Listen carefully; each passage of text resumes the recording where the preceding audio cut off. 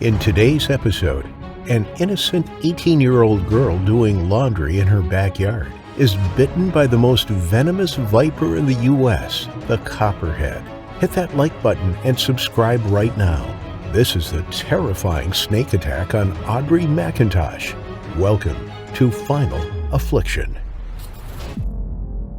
Audrey Macintosh was enjoying the last slivers of summer. The 18-year-old had just finished high school, and she was going to be entering the crazy rat race that was college life in just a few weeks. She was taking in every last ounce of the Georgia summer while she still could. While her parents were at work during the day, Audrey slept in late, or she met up with friends as often as she could before they were separated at the end of summer. Most of her high school buddies were off to college themselves, or they'd signed up for apprenticeships, and a few were even going abroad for a gap year before they made the commitment of seeking a higher education. The only real responsibilities that Audrey had was to keep the dishes and the laundry clean, as per her mother's request. Not that Audrey minded at all. It was hardly too much to ask, and most afternoons she even started dinner to save her mother the trouble.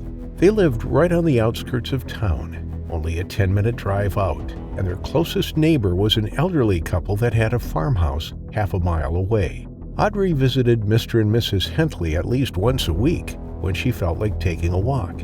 Usually she'd bring a container of strawberries from the garden. Audrey loved the old couple, and she thought that she'd miss them most of all when she went away at the end of summer.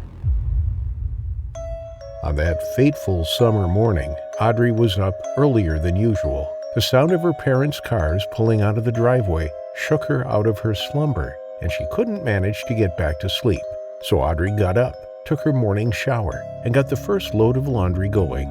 Dressed in shorts and a t-shirt, Audrey spent the next 40 minutes going over the boxes she'd packed for her dorm room while she waited for the load to finish. And just in time when the sun shook off the morning dim, Audrey was out with her basket to hang the clothes out to dry. The Macintosh family never used a dryer in the summer, preferring to save the electricity when the sun was out to do the job just as well as a machine would have. The morning was still young, but it was already hot, and the birds were out to greet the girl when she stepped out. Audrey turned her head to look for the twittering birds above her head, wondering what species they were. In the process of turning, her laundry basket knocked on the gutter on the side of the house. It wasn't hard. Heck, Audrey didn't even notice the slight knock, but the serpent inside of it did. Audrey shielded her eyes against the sun, distracted by the yellow warblers singing from the top of the house's chimney. She didn't hear the angry hiss that escaped the gutter, nor did she hear the rustle when the 23-inch copperhead started irritably moving amongst the dried leaves where it had been relaxing just a second before. When Audrey had her fill of the warblers, she turned back to head to the washing line, and again she bumped against the gutter. Only this time the snake inside wasn't startled unexpectedly. It was already agitated and alert. The moment the slight knock rocked the gutter again, it shot out like a brown bolt of lightning. Audrey hadn't bothered to put on shoes before stepping out of the door, so its fangs had no resistance when it sank into her calf, just above her right ankle. Audrey gasped in shock, and the pain was instantaneous, even as the viper whipped back into its hidey hole. The burning sensation that hit her was so sharp that it took her breath away. Audrey had only seen its head, but she knew exactly what kind of snake this was. Half of the children in the United States can identify a copperhead. The most venomous viper in the U.S. is notorious for its deadly and painful bite. Audrey had grown up being warned about them, and with the spreading burn that was making its way up her calf, the panic began to rise in her chest. Panicking was the worst possible thing that could have befallen Audrey at that moment. Had she kept her cool and gone to the phone to call for help, she probably would have survived like most snakebite victims do. But Audrey didn't even think of picking up the phone. She wasn't thinking straight at all. Dropping her basket of whites on the ground, Audrey began to run. She was running toward the first thing that came to mind: people. And the closest people in the area were the Hentleys. For half a mile, her heart beating in her chest like thunder, and the fire in her leg crawling up higher with every step, Audrey sobbed and ran to her death. Her raging heartbeat was circulating the venom faster than ever. The muscle, fueled by adrenaline, beat fast and irregularly as a result of the poison coursing through her veins. Halfway through the open field, and the bite marks were already starting to turn black. 3/4 of the way, and Audrey's vision began to blur, and the bile started pressing up against her throat. Had it not been for the fear and hysteria driving her, Audrey would have collapsed due to the complete numbness in her legs and arms. It took Audrey only 5 minutes to reach the Hentleys' driveway before she finally slowed down. Relaxing at the sight of Mr. Hentley, who just happened to be in the garden, when she slowed down to a stop, the full force of the venom's effects hit her like a train.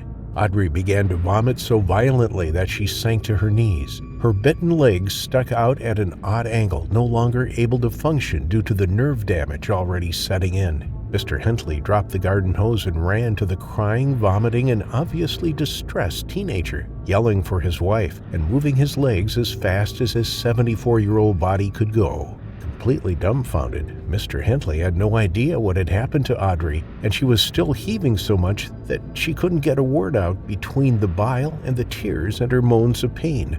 Audrey's leg was on fire, burning like she'd stepped into an open flame. The old man cradled her head while they waited for the ambulance to arrive. Somewhere in those long, agonizing minutes, Audrey managed to gasp out a few words, enough to make him aware that a copperhead had bitten her. She mumbled some nonsense about birds on a chimney, but her delirious explanation was enough to direct him to Audrey's leg. He saw the punctures on her calf. The skin was now completely black, and the discoloration was spreading fast. Audrey saw the lights from the ambulance pull in before she gave one last retch and promptly passed out. As the paramedics loaded her into the back, Audrey began to convulse. Her condition was deteriorating faster than it should have. Dehydrated from the sprint and the heat of the mid-morning sun, her heart had circulated the venom much faster than it would normally have. Her red blood cells were almost completely wiped out, destroyed by the hemolytic effects that come from viper bites, and as doctors would later discover, Audrey had an undiagnosed heart condition that wouldn't have been life-threatening under normal circumstances. But these weren't normal circumstances after all. She never regained consciousness after passing out in the driveway with her head cradled in Mr. Hentley's lap. For 2 days, her parents stood vigil at her bedside, but no amount of anti-venom or treatments could repair the damage done to her entire circulatory system. Even with her heart condition, Audrey was young, fit, and should have been one of the 99.9% of Copperhead's survivors. But when fear robbed her of her senses, her instincts led her to do everything that she shouldn't have. While her parents remained in hospital, Mr. Hentley went searching for the snake. The laundry was still strewn across the grass, so he knew where to start looking, and ironically enough, he too knocked against the gutter by accident. But unlike Audrey, Mr. Hentley was actively keeping his ears and eyes open for a reptile. He heard the angry hiss from inside and put the pieces together. The viper was quickly dispatched, and he removed the serpent from the property. On the second day, when the news spread that Audrey's heart had failed and she was no longer alive, the Hentleys cried as bitterly as the Macintosh family. They'd never had children of their own, and Audrey was an only child. In a way, 2 households lost their only daughter on that summer's day in 2001, when Audrey Macintosh met her terrifying final affliction.